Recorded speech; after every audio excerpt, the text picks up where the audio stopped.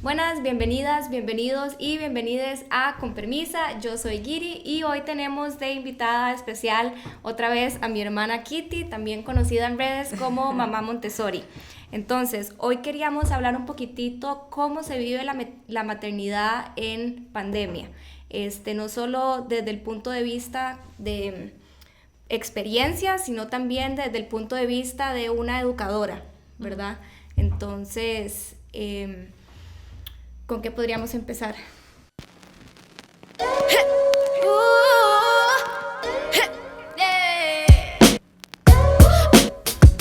Antes de empezar, como este es un espacio de reflexión sobre feminismo, diversidad e inclusión, queremos agradecerle a la Liga Promérica, Primera División Fútbol Femenino, por hacer posible la creación de este contenido. Nos parece súper importante que entre todos nos ayudemos a surgir en una realidad en la que muchas personas son invisibilizadas. ¿Cómo podemos apoyar? Bueno, podríamos empezar por darle una oportunidad y ver uno de estos partidos. Podrían empezar por ver el clásico, que también es la Liga contra Saprissa. Ahora sí, podemos continuar y yo quería tal vez, no sé con qué te gustaría empezar. Bueno, como a todo el mundo, el tema de la pandemia trajo sorpresas, ¿verdad? Y yo creo que hace un año no nos imaginábamos que esto se iba a extender tanto, ¿verdad? Entonces las decisiones que se fueron tomando en su momento de encerrarse en la casa fueron pensadas realmente en un corto, si acaso mediano plazo, en un principio. Entonces no se estaban tomando en cuenta ciertos factores que en un largo plazo ya se volvieron muy agobiantes, como el dejar a los niños sin su socialización, dejar a los niños sin poder ir a la escuela, el aprendizaje cambió y además entonces los roles de los adultos en la casa que viven con niños cambiaron también. Entonces eso trae toda una adaptación y una serie de frustraciones que lo hace muy difícil. En mi experiencia fue bastante retadora. Vi cómo mis hijos, que naturalmente son sensibles al orden, ¿verdad? El orden siendo esto la rutina, ¿verdad? Todos los niños antes de los 6 años tienen una sensibilidad al orden. Quiere decir que ellos buscan, o sea, siempre y cuando haya una rutina, siempre y cuando haya una serie de eventos que van pasando, ellos les da estabilidad, les da seguridad y empiezan a entender entonces qué sigue, ¿verdad? Se empiezan como a armar, ¿verdad? De su día a día y eso les brinda mucha calma.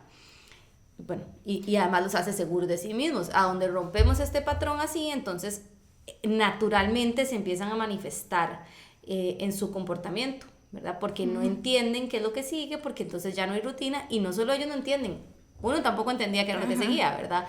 Era mucho improvisar, mucho de, esta semana, la próxima, un mes, 2 meses, ¿verdad? Hasta que... La incertidumbre, o sea, hasta entre los adultos. Y el estrés, porque no es solamente estar dentro de la casa, es estar dentro de la casa con el montón de noticias negativas aquí y allá de lo que estaba pasando y lo que seguimos viviendo, pero en ese momento todo era bastante nuevo. Entonces, mi experiencia fue que vi la personalidad de mis hijos cambiar completamente, o sea, ellos venían con sus rutinas y su vida del día a día y esporádicamente de repente estábamos en la casa, esporádicamente de repente ya no vivíamos en la casa y nos fuimos a vivir más lejos a la costa porque quería proteger al máximo a mi hijo Gonzalo que toma inmunosupresores, entonces tomamos esa decisión y cuando digo tomamos esa decisión es que estuvimos 3 meses ahí aislados completamente. Entonces obviamente su rutina cambió, paró de ver a sus amigos, paró de ver a sus abuelitas y abuelitos, todo y empecé a ver a niños, los dos, Gonzalo y Sebastián, muchísimo más retadores. Empecé yo a encontrar un estrés nuevo en mí, ¿verdad? De cómo hago para poder compensar esa parte que ellos estaban perdiendo, ¿verdad? Que era la socialización, pues ahí no había mucho que hacer, pero sí también la parte de su avance en su desarrollo, ¿verdad? Que se estaban perdiendo, porque bien que mal lo que ellos viven en el centro educativo nunca va a ser equivalente a lo que viven en la casa. Yo tengo una pregunta, ¿qué tan importante es, que me imagino que es importante, por supuesto, pero qué tan importante es o el impacto que tiene la socialización en la infancia en los centros educativos o la socialización con otros niños y niñas. Importantísimo. La socialización en los niños de 0 a 6 años se va viendo diferente a medida que van creciendo, ¿verdad? Durante este periodo. Pero lo principal es que los grupos de niños necesitan de otros niños para entender también ciertas reglas del juego, ¿verdad? De la vida diaria. Entonces, ¿cómo funciona esto? El más pequeñito va a seguir al niño más grande y el niño más grande va a satisfacer su necesidad social y enseñándole al más pequeño, ¿verdad? O siendo el grande, el role model, ¿verdad? El ejemplo a seguir. Entonces es importantísimo, o sea, una clave importante del desarrollo de los niños es la socialización en este sentido. La socialización no necesariamente es, este es mi amiguito, sino que lo que aprenden los niños al convivir juntos, ¿verdad? No, o sea, es esas reglas de juego que ellos se van poniendo. Por ejemplo, cuando tengo un conflicto con otro niño y quiero lo que ese niño tiene, entonces aprendo paciencia, aprendo a expresarme, aprendo que, ¿verdad? Van poquito a poco entendiendo normas sociales que después de adultos es importante tenerlas, ¿verdad? Y se vuelven bases. No, y es que la socialización es básicamente cómo nosotros desde pequeños, inclusive de adultos, formamos lo que nosotros imaginamos como es la realidad. Así es como nos pasamos, digamos, la educación de generación en generación, cultura, comportamientos, reglas, digamos, sociales. Es una manera básica para aprender. O sea, además, digamos, de aprender cosas como ciencias y matemáticas, etcétera, o sea, lo que son relaciones humanas, las aprendemos por medio de la socialización. Sí, y eso es básicamente lo que a mí en un principio me empezó a preocupar más, ¿okay? ¿Qué hago con el desarrollo social de mis hijos? Entre ellos hay cierto desarrollo social, ¿verdad? Porque uno es más pequeño que el otro, entonces tienen sus conflictos, entonces tienen que resolverlos, ¿verdad? Pero se limita. Cuando encuentran en otros, o sea, lo que encuentran en otros niños es muchísimo más valioso. Entonces, bueno, esa era una de mis principales preocupaciones en su momento. Llegó un momento en que era insostenible. Ya era insostenible en mi casa. Eran demasiados los conflictos. Ya empezamos a tener también problemas entre los adultos de cómo manejar esto. Y el temor de afuera, ¿verdad? De lo que nos decían, que habían estudios que decían que los niños no se contagiaban mucho, otros que sí, otros, ¿verdad? Que qué barbaridad. Y bueno, sí. Al final, en octubre, en mi caso, tiramos la toalla en ese sentido y los niños volvieron a su kinder. Porque nosotros lo pusimos en una balanza. ¿Y qué es lo que puse en una balanza? Lo que ellos estaban manifestando, ¿verdad? La huella que estaba dejando en ellos al no tener socialización, el no tener una rutina más marcada y todos los beneficios realmente que les da el kinder.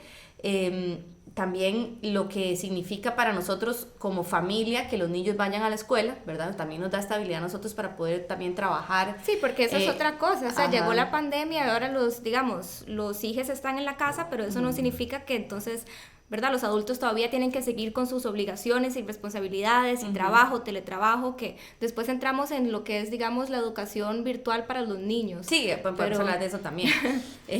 Pero no, sí, en octubre llegó el momento y lo pusimos en una balanza y como familia tomamos la decisión muy personal de decir, ok, estamos de acuerdo con las normas de seguridad que está siguiendo el kinder y nosotros también vamos a seguir tomando nuestras normas de seguridad. Pusimos nuestro granito de arena como papás de enseñarle a los niños la importancia de usar la mascarilla, la importancia de lavarse muchísimo las manos y de ponerse el alcohol, ¿verdad? Y también hemos sido padres responsables de que si alguno de nuestros hijos tiene algún síntoma de resfrío, por supuesto que no va. O si alguno ha tenido contacto con alguien positivo, que nos pasó en ocasiones, tampoco va, ¿verdad? En ese sentido, pues sí hemos sido responsables y tomamos esa decisión y realmente el cambio en los niños, o sea, me di cuenta que sí, realmente les estaba afectando estar en la casa, ¿verdad? Fue es bastante. Que, como vos dijiste, o sea, es una decisión personal porque obviamente cada familia, cada casa es diferente, ¿verdad? Hay muchas casas en donde no se puede, digamos, tal vez hay algún familiar que vive ahí, la mamá, el papá, un hermano, lo que sea, que no puede, digamos, que está en factor de riesgo, entonces tomar ese riesgo de enviar a los niños y las niñas a la escuela, al kinder, al centro educativo, simplemente no es viable. Sí, y es que eso ya... Es una decisión de cada familia. Nuestra decisión personal fue sí enviarlo, pero nosotros no íbamos a dejar de descuidarnos, o sea. Claro. ¿Qué Total. era lo que nos íbamos a exponer como familia? Que nuestros hijos fueran al kinder, pero seguíamos jugando ellos con su, o sea, porque antes de tomar esa decisión, tomamos la decisión de que sí podía jugar con algunos de sus amigos del barrio, y todos iban al kinder, al mismo kinder, a la misma clase. Entonces, bueno, en nuestro caso en específico, dijimos, bueno, pero seguimos en esta, pues no es burbuja, realmente sí hay mezcla de burbujas, pero reducimos, digamos, de nuestra parte también, no entonces abrir la puerta de, ok, entonces ahora sí vamos a todo lado, ¿verdad? No necesariamente. Sí, y otra cosa que yo quería hablar también es cómo hace unos meses sacaron un reportaje de un reportero que siguió a varias familias durante el confinamiento en Estados Unidos y fue como, ¿verdad?, tomando sus historias a lo largo de varios meses para ver cómo la familia llevaba el confinamiento, ¿verdad? Muchos de esos casos, familias en donde hay dos padres que trabajan, tienen niños pequeños, etcétera, y en muchos se vio una sobrecarga de trabajo en las mujeres. Sí, totalmente. Porque ahora están los dos, digamos, madre y padre, en el caso específico de estos reportajes, ¿verdad? Eran familias donde había un madre y padre, los dos estaban trabajando en reuniones por la computadora, etcétera. Sin embargo, la mamá estaba al lado de sus hijos que estaban recibiendo clases en la computadora, atendiéndolos, que si se distraen, ¿verdad? Como llamarles la atención, que si se ponen a llorar, que si quieren algo de comer, y todo eso lo hacían en medio de las reuniones y además, digamos, lo que era el trabajo de limpieza y de mantenimiento del hogar. Entonces, esas experiencias, o sea, leer estas experiencias a mí me hizo así la cabeza como la pandemia vino, porque esto era algo que ya existía, ¿verdad? Estas diferencias en cómo se reparten las labores del hogar, sino que vino, exacto, a resaltarlas y hacerlas mucho más evidentes ahora que las dos personas están, digamos, al 100% en la casa. Sí, están 100% en la casa, entonces... Bueno, pues sí, o sea, digamos, en mi caso yo lo viví muchísimo, pero bueno, más que todo porque por el tipo de trabajo de mi esposo, él no tenía la opción de trabajar en la casa, muy limitado era. Entonces, pero sí me tocó, digamos, entiendo perfectamente que eso pase, sí me tocó vivir el tener que resumir mis actividades de trabajo y de estudiante, porque también estaba estudiando, estaba en ese momento, seguía haciendo el MBA, pasaron todas las clases a ser virtuales y yo literal tenía que recibir clases con un chiquito aquí encima, el otro llorando porque quería no sé qué, ¿verdad? Y salga, por favor, salga del cuarto, por favor, no haga tanto ruido, por favor, que me están, y me preguntaban cosas y yo no podía responder porque estaban los chiquitos ahí, y eso porque yo tomé la decisión de que mis hijos no iban a ir a clases virtuales, o sea, yo dije no, intenté 2 o 3 días, pero por la edad de ellos, yo dije, esto no tiene realmente caso, no, un día me tocó, muy pequeñitos. Voy a contar todavía una anécdota.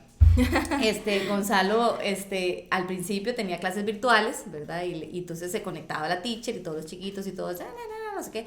Y yo estaba en reuniones, entonces yo agarraba el iPad, le ponía, lo conectaba, lo dejaba sentadito y me iba a mi reunión, digamos. Cuando vuelvo, y yo decía, qué bien, Gonzalo está bien metido en las clases, lo veo bien sentadito, ¿verdad? Media hora después salgo y el chiquito sigue ahí sentado. Claro, obviamente muy vivo, que te sabe manejar la tablet. Ay, no, ¿qué hizo? Movió Zoom, no lo sacó, o sea, seguía sonando ahí la clase atrás, y abrió YouTube y se puso a ver videos. Entonces estaba la clase, la teacher ahí, ¿verdad? Cantando números y colores, y el chiquito viendo videos de YouTube con 3 años. Sí. Y yo no, ahí cuando yo dije, no, o sea, no, aquí no. Entonces, o sea, igual para los niños más grandes es todo un reto llevar clases virtuales, pero digamos, como educadora, ¿qué pensás que es como, digamos, a partir de qué edad podría eso funcionar y qué edad definitivamente en el primer plano de desarrollo no recomiendo las clases virtuales, ¿verdad? ¿Qué lecciones están tratando de dar a través de las clases virtuales antes de los 6 años que realmente vayan a tener una diferencia en el desarrollo del niño, ¿verdad? Sí he visto programas que mandan como las cosas que tienen que hacer en la casa, entonces ahí hay como un seguimiento de sus objetivos, ¿verdad? Pero no todas las familias disponen de ese tiempo. No, exacto, y a mí me pasa, digamos, que cuando de repente deciden cerrar la escuela y mandar clases virtuales, yo ya tengo mi rutina del día, ¿verdad? De trabajo, mi esposo también, y soy yo la que tengo que dejar todo, o sea, literal, o por lo menos cortar mi mañana en 3 para poderme conectar, o sea, que esté el niño conectado, sí, porque si no, nuevamente está en YouTube, ¿verdad? Conectado y además sentarme a hacer las tareas que le mandan, pues tareas, digo yo, assignments de lo que hubiera sido ese día en la escuela. Entonces, que justo me tocó la semana pasada, entiendo perfectamente que lo haga la escuela, o sea, son decisiones también que es por el bien de todos, la salud por la problemática de salud que tenemos, pero sí, para mí significó trabajar un 30% la semana pasada. Esta semana estoy con demasiado pendiente y tal vez sirven otra vez, ¿verdad? Entonces yo digo, ay, Dios mío. Y es que esto es solo pero ahí estoy caso. pensando en mí, ahí Exacto. estoy pensando en mí. Y digamos, es durísimo y como que hay una parte de mí que no puede evitar pensar, bueno, pero es por el bien de esto, o sea, porque en serio estamos con hospitales saturados, ¿verdad? O sea, como que yo soy adulta, yo puedo entender esto. Lo que sí me deja un poquito como pensando es la salud mental de los niños, ¿verdad? Si les vuelven a cerrar todo, si paran de ver a sus amigos, si vuelven a quitarles la socialización, si vuelven a quitar ese aprendizaje con sus manos de acción, con lo que están haciendo, ¿verdad? En persona, especialmente para los niños menores de 6 años, ¿qué va a significar para su desarrollo social y para su salud mental? Esa parte definitivamente me deja ahí como y es que esta es una situación que nunca se ha vivido antes, por lo menos o sea, nosotros, entonces es una situación nueva para todo el mundo y creo que todo el mundo realmente está tratando de ver qué es lo mejor, ¿verdad? Todo el mundo en su área tratando de ver qué es lo mejor que podemos hacer, porque definitivamente, o sea, es una emergencia mundial de salud que no podemos escapar y todos tenemos que adaptarnos de cierta manera, pero siento que el confinamiento y este nuevo como estilo de vida para las familias, sobre todo que tienen niños y niñas pequeños, ha sido un cambio realmente fuerte. No, tenerlo por seguro que va a tener repercusiones a largo plazo. Eso es de fijo, ¿verdad? Porque ya es demasiado el tiempo que hemos estado en esto, entonces o sea, y más los niños de 0 a 6 años están en formación, su cerebro está en completa formación, está formando sus bases. ¿Qué eso significa sus bases? Que las va a llevar y se van a ver muchísimo más fuertes, se van a solidificar y se van a plasmar muy fuertemente en su personalidad que va a llevar hasta de adulto. Entonces, realmente vamos a ver efectos a largo plazo de esto, definitivamente. ¿Qué es lo mejor? No sé. O sea, ¿quién es uno para juzgar? No sé. Porque sí, está, por un lado, o sea, depende de en qué zapato se ponga uno. O sea, si lo vemos desde el punto de vista de la emergencia sanitaria, suena muy lógico que esto tiene que pasar. Si lo vemos desde el punto de vista del desarrollo de los niños, también suena muy lógico que deberíamos de darles un chance, ¿verdad? Lo que a mí sí me parece, meterme en un tema que nada que ver con lo que estamos hablando, es que a los profesores los deberían de vacunar. Sí. Por amor a Dios, ¿cómo van a ser el cuarto grupo? Si son personas que tienen una responsabilidad de un deber y derecho de los niños, la educación es un deber y derecho de los niños. Y a los profesores no los están vacunando. Justamente hoy en el chat de No Pasa Nada estábamos hablando de eso y mandando como todas las noticias al respecto, y definitivamente yo opino igual, como que no entiendo el criterio para que no... Y es que sabe que yo siento, no sé si es un resentimiento ya mío que traigo como educadora, de que los educadores no se les da el crédito que merecen, ¿verdad? O sea, la responsabilidad que tienen en sus manos, el trabajo que hacen, el pago que reciben por ese trabajo, y además que los pongan de cuartos en línea en los grupos para vacunación cuando ya les están exigiendo, están en las clases. Sí. Han habido hasta muertes de profesores que se contagian por ir a trabajar. Es terrible. Y una ya es suficiente, pero han habido muchas. 164, por si quieren. 164. Wow, 164, no me sabía ese dato. Pero es realmente... No, ni para qué me dijeron ese dato. Bueno, yo quería hacer una pequeña pausa acá porque quería hablarles que Con Permisa desde el primer día fue concebido para hablar sobre feminismo, diversidad e inclusión, y por eso estoy demasiado agradecida con la Liga Promérica, primera división de fútbol femenino, por haber patrocinado este espacio. También creo que es importantísimo reconocer el trabajo y el talento de todas las atletas que participan en esta competencia y que merecen toda nuestra atención. Entonces, si apoyan el fútbol femenino, nos apoyan también a nosotras y, aún más importante, están ayudando a visibilizar a las mujeres que ponen todo su esfuerzo para cumplir sus sueños y cerrar una brecha en todos los aspectos de nuestra sociedad. Así que muchísimas gracias y ahora podemos continuar con el podcast. No, y es que, o sea, la educación de los niños es una parte tan importante porque es lo que los está formando para ser adultos en el futuro. Entonces, definitivamente no darle el reconocimiento que se merece a los educadores es un problema. Sí, es un problema. Es un problema porque realmente, ¿qué haríamos sin los educadores? Sí, o sea, ¿qué haríamos? Por un lado están diciendo, no, es que los niños, que la salud mental, que tenemos que abrir las aulas, ¿verdad? La ministra de Educación, ella dice muy claramente que los programas deben de continuar, que esto está afectando mucho la deserción de estudiantes en la escuela, o sea, desde que se salen del sistema educativo es altísimo y eso repercute también a largo plazo enormemente. Se dice eso por un lado, pero por otro lado, no, los profesores son cuarto grupo. Sí, aquí nos metimos un poco. Ya nos salimos del tema. Nos desviamos del tema, hoy pero había que sacarlo. Hoy lo tengo muy a flor de piel, el tema. Pero bueno, sí, o sea, pues definitivamente la carga de a la mujer en la casa con los niños y la educación virtual es enorme.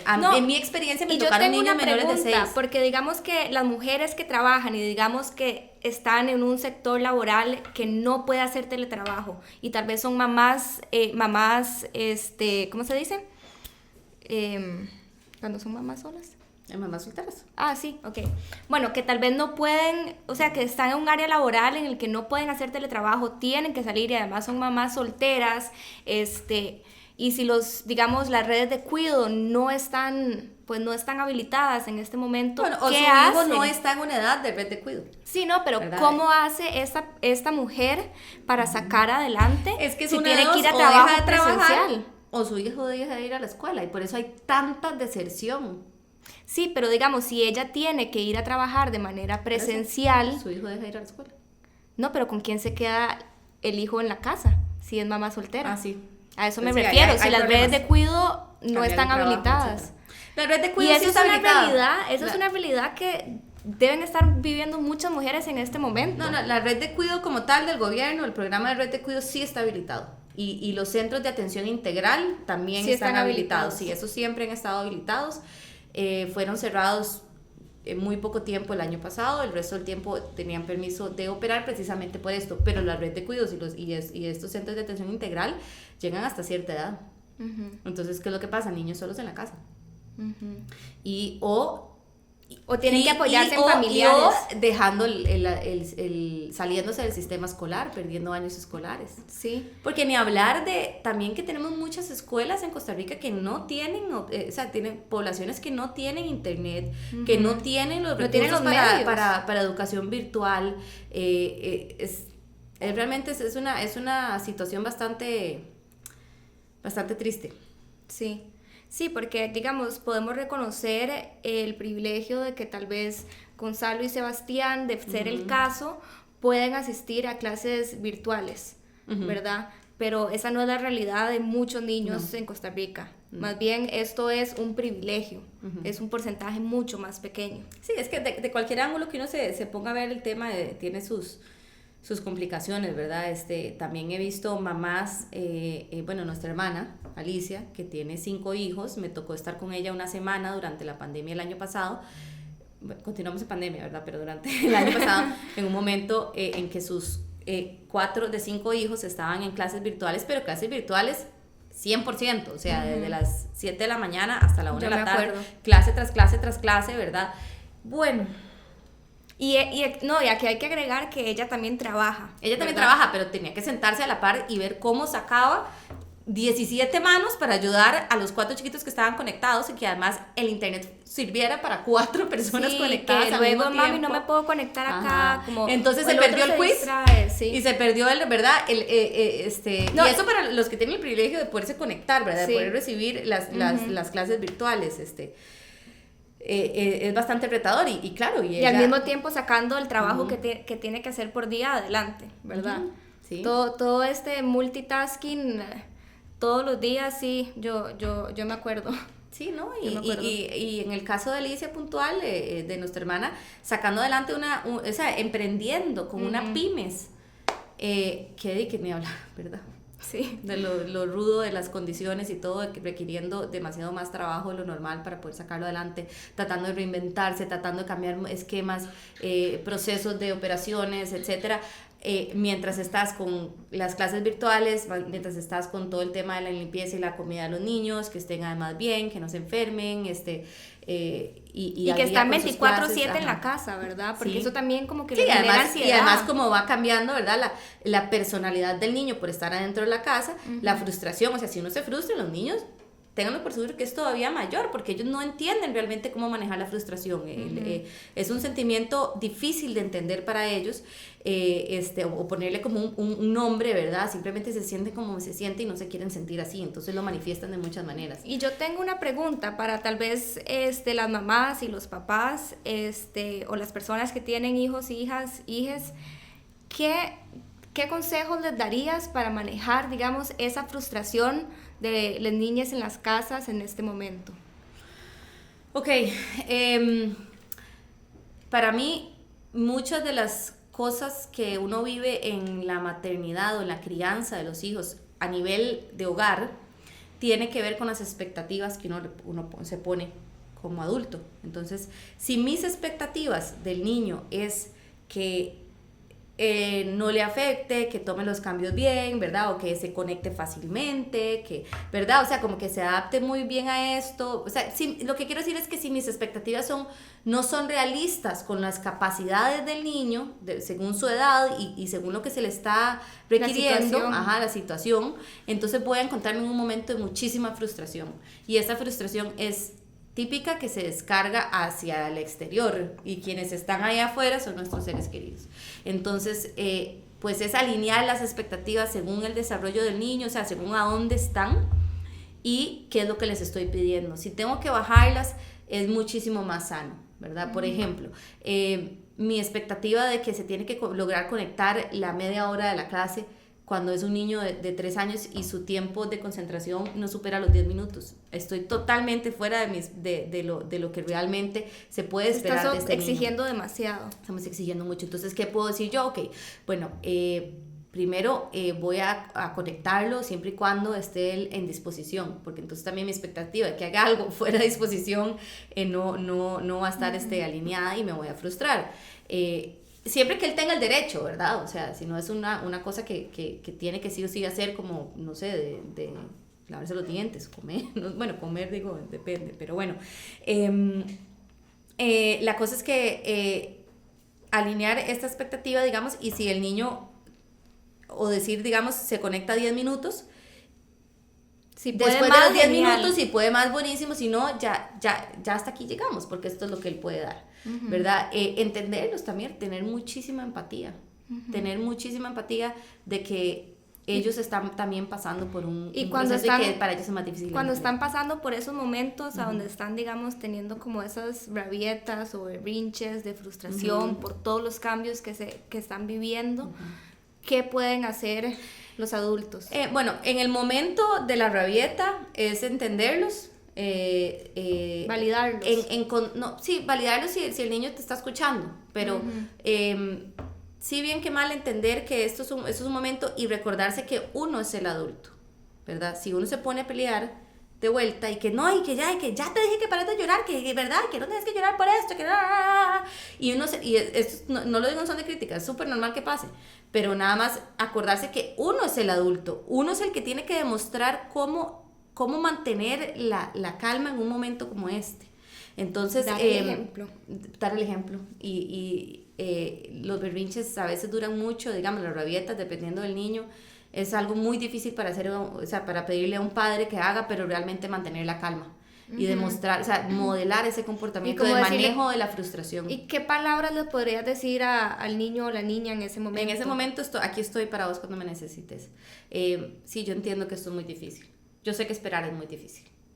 A mí también me cuesta esperar y yo lo que hago a veces es hacer otra cosa mientras espero, ¿verdad? O sea, como si te está escuchando, pero no tampoco tratar de razonar con un niño menor de 6 años porque no te va a razonar. Ellos y menos en la un capacidad, estado de exacto, menos en un estado su capacidad de razonamiento es algo que es una habilidad que van adquiriendo ya al final de la primera etapa de desarrollo, que es de 0 a 6 años, o sea, entre 5 y 6 años ya podemos esperar razonar un poquito más con un niño, pero antes de eso no vamos a esperar tener una conversación donde el niño entonces razona al 100%, sino lo que queremos ahí es nada más volver al niño al estado de calma, darle seguridad de que uno está ahí, y mantener el ejemplo en todo momento. Pero ¿qué también podemos hacer para evitar ese momento?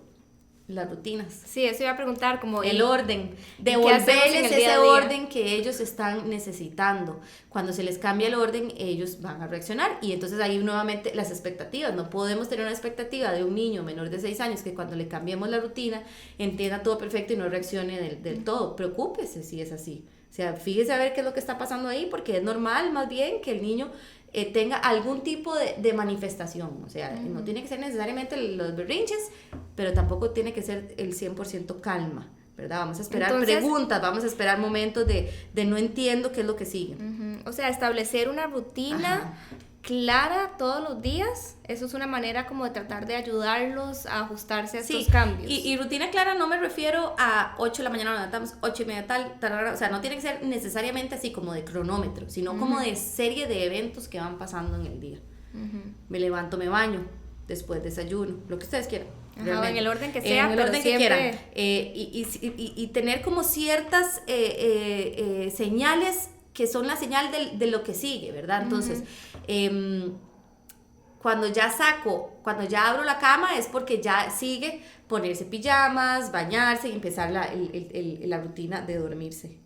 ¿Qué es lo que me pasó a mí? Que yo lo noté muchísimo.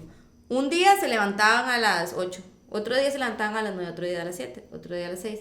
Un día se levantaban y iban a desayunar y desayunaban bien, otro día se levantaban y se iban a jugar afuera, otro día se levantaban entonces había cero estabilidad. Entonces cuando ya necesitábamos realmente, o sea, eran las 11 de la mañana, no se habían bañado, no, o sea, como que tenían cero estructura y orden de lo que iba a seguir, entonces estaban totalmente desubicados y había muchísimo momento de frustración para hacer cualquier cosa.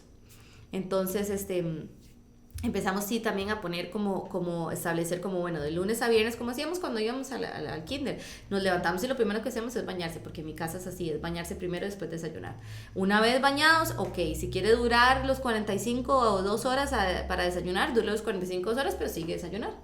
Después de eso, quiere ir a jugar, puede jugar donde quiera, sigue jugar, ¿verdad? Y así, pero era esa serie de eventos que van pasando y les da muchísimo más orden. Así empezamos a ayudarle al niño momentos, o sea, evitando ese momento de rabieta. Y bueno, si están en una rabieta, pues entender que es normal, muchísima empatía y modelar con calma. Sí. Calma.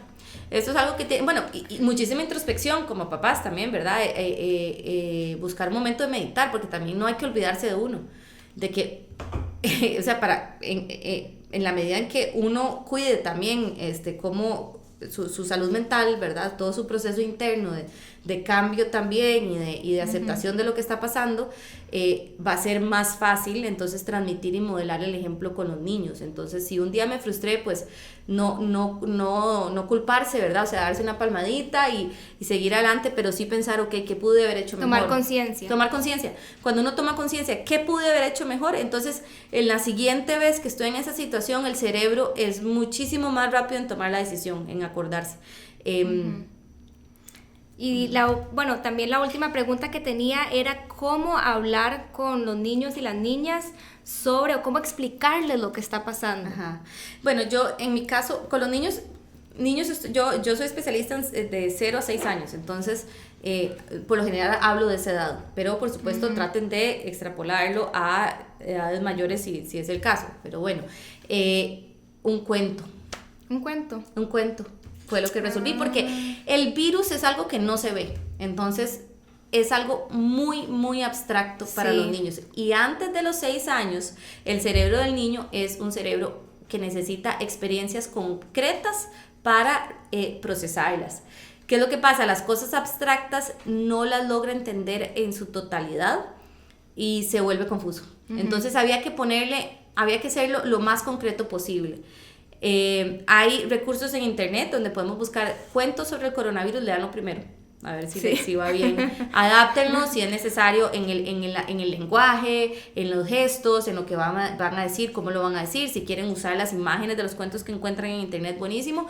Y si no, entonces ustedes lo cuentan. Pero a través de un cuento fue que les fui explicando por qué era que... Y bueno, y ellos lo han ido entendiendo, lo entienden muchísimo más, ¿verdad? O sea, ahora que, bueno, mis hijos sí están yendo ahorita a centros educativos, y cuando pasamos enfrente de un play, que siempre cuando venimos de vuelta me preguntan que cuándo vamos a ir a jugar ese play, ¿verdad? En un parque que hay por la casa. Porque les encantaba ir a jugar ese play, porque tiene un gran cohete, un montón de toboganes, ¿verdad? Les fascina.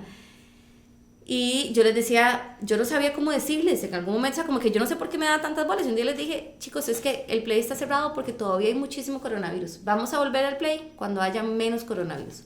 Entonces, cada vez que pasamos enfrente me dicen, ya hay menos coronavirus, mamá. Y yo, mi amor, todavía seguimos con mucho coronavirus, por eso no hemos abierto el play. A veces había gente en el play que quitaban las cosas y se metían, entonces yo decía, no, bueno, eso son personas que no están haciendo caso, pero eso no se hace porque tenemos que cuidarnos todos, ¿verdad? Entonces también aprovechar ciertos momentos para hacer la lección. Ajá, sí, y sí, pues sí, una vez que ellos ya pasan esa parte del cuento y empiezan a entender que es que hay una enfermedad, o sea, hay algo que está pasando, el coronavirus no queremos que entre a nuestra casa, ya es más fácil entonces explicar ciertas otras situaciones en las que no podemos estar por el coronavirus. Okay. Entonces vamos al súper y hay que ponerse la mascarilla por el coronavirus porque tenemos que cuidarnos. La rutina de incorporar muchísimo más lavado de manos, muchísimo más uso de alcohol en gel, para ellos también usé, o sea, les decía, o sea, es que si estamos limpios el coronavirus no entra, ¿verdad? O podemos ayudar a que no entre, porque no le gustan las cosas limpias, entonces, ¿verdad? Ahí limpiando todo. Entonces, no, bueno, pues se ponen alcohol en las manos, ¿verdad? Porque algunas veces era como, no quiero, ¿verdad? Y porque son pequeñitos, ¿sí? Por alguna razón que se andaban con el no, entonces hay que explicar, ¿verdad? Y si no, pues entonces no podemos estar ahí, porque tenemos que proteger a los demás también. Entonces uno se retira de la situación y así ellos van poco a poco asimilando el tema.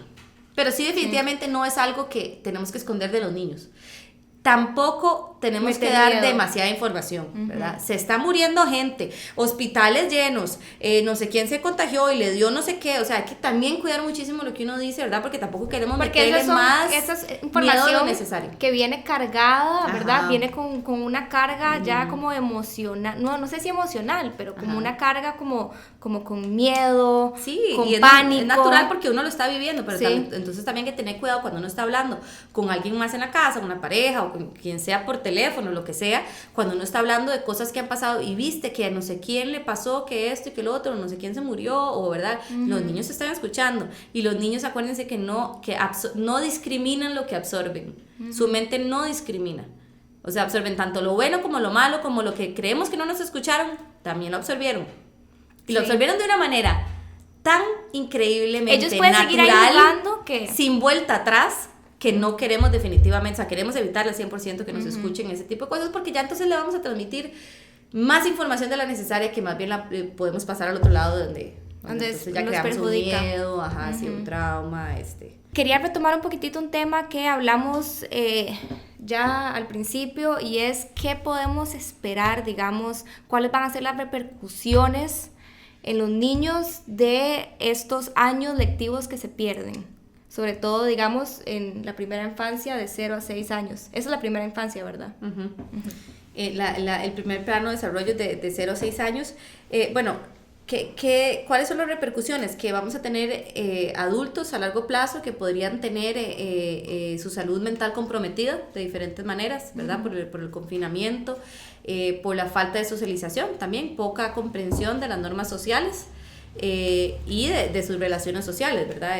Que es como dijimos anteriormente, durante la primera etapa de desarrollo el cerebro está en formación y está formando sus bases neurológicas que va a llevar a lo largo de su vida y que vamos a ver manifestarse fuertemente en la personalidad de adulto.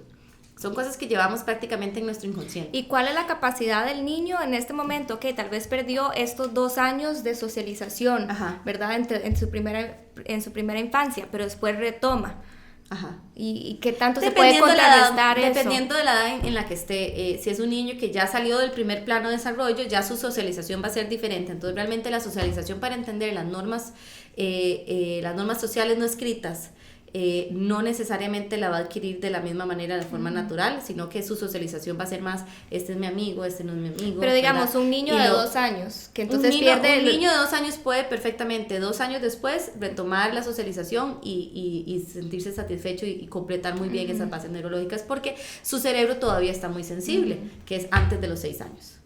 Okay. Muy sensible a todas estas conexiones. Igualmente, ¿verdad? ¿Verdad? Pueden quedar, digamos, secuelas. Sí pueden quedar secuelas, porque entre más tengas exposición a una buena socialización y una buena adaptación a tu cultura, pues va a ser más positivo en la edad adulta. Pero no estamos perdidos si el niño de 2 a 4 años, por ejemplo, no tuvo tanta exposición social y a los 4 años retoma, digamos. Ahí puede volver a encontrar esos momentos y aprendizajes. Bueno. Después de los 6 años sí podríamos ver repercusiones a largo plazo, pero puede compensarles un poquito en la edad de primaria, digamos. La socialización en primaria es diferente, pero va a encontrar momentos de aprendizaje definitivamente.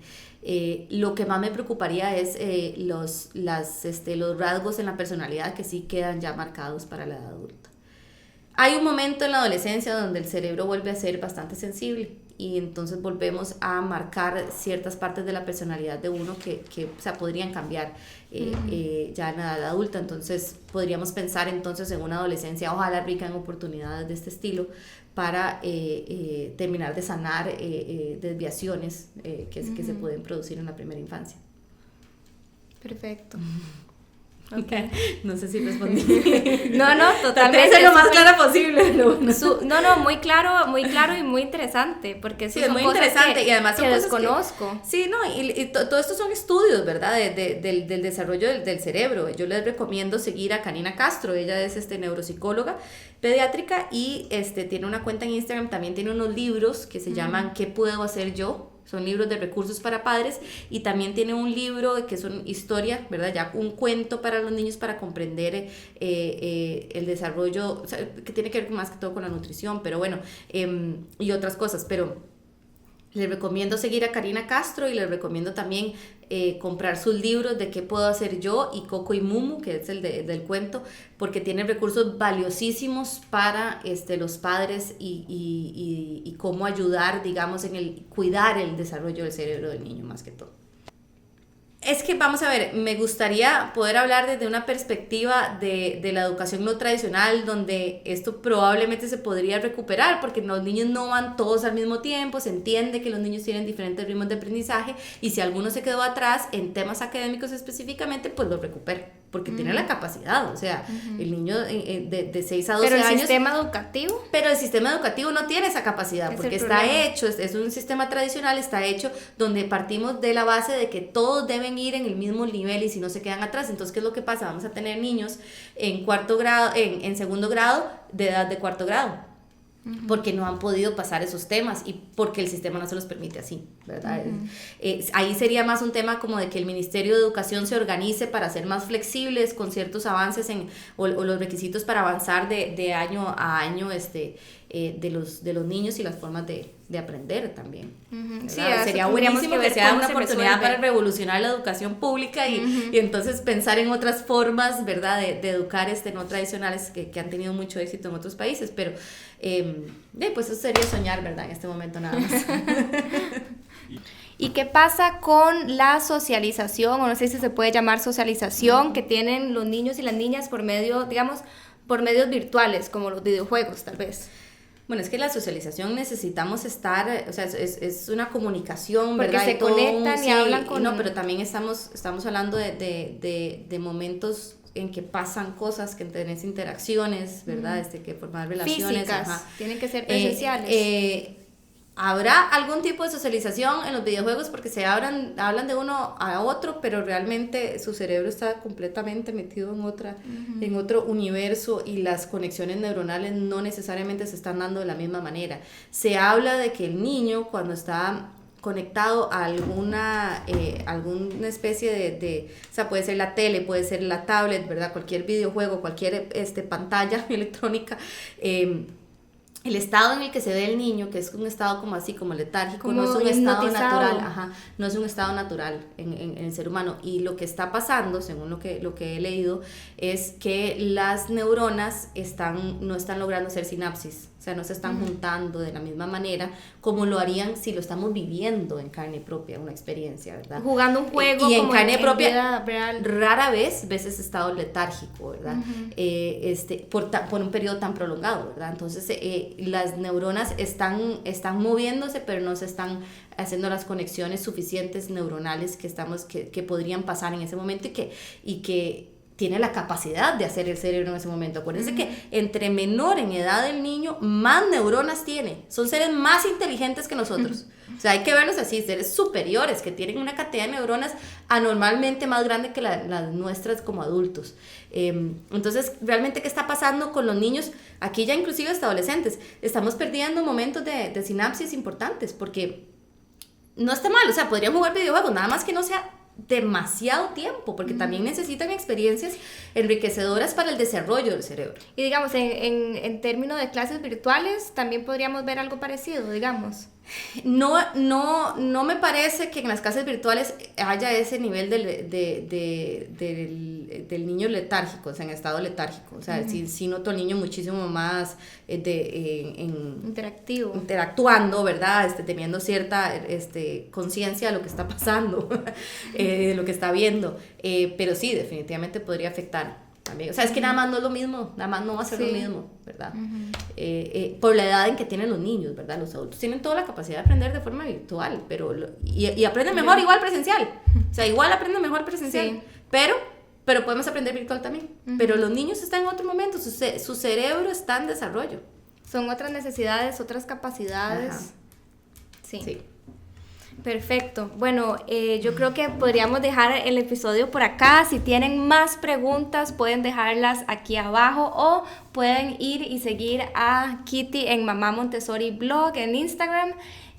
Ahí pueden encontrar muchísimos tips sobre educación de los niños y las niñas y también experiencias, ¿verdad?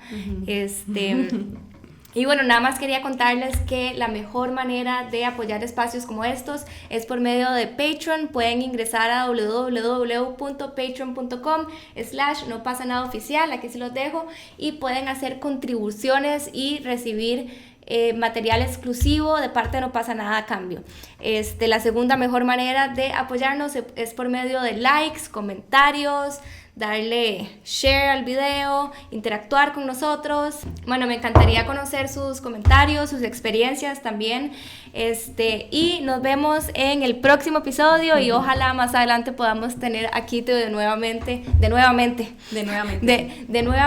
con permisa. Yo feliz, verás cómo me gusta esto. Sí, podríamos hacer alguno como de preguntas, tal vez las mamás y los papás que están viendo por ahí tienen algunas preguntas sobre cómo manejar esta situación o sobre un poco más puntuales sobre educación en los niños de 0 a 6 años, podríamos crear un espacio así. Entonces, si les interesaría hacer algo así, nos lo pueden dejar en los comentarios y nos vemos en el próximo episodio. Chao.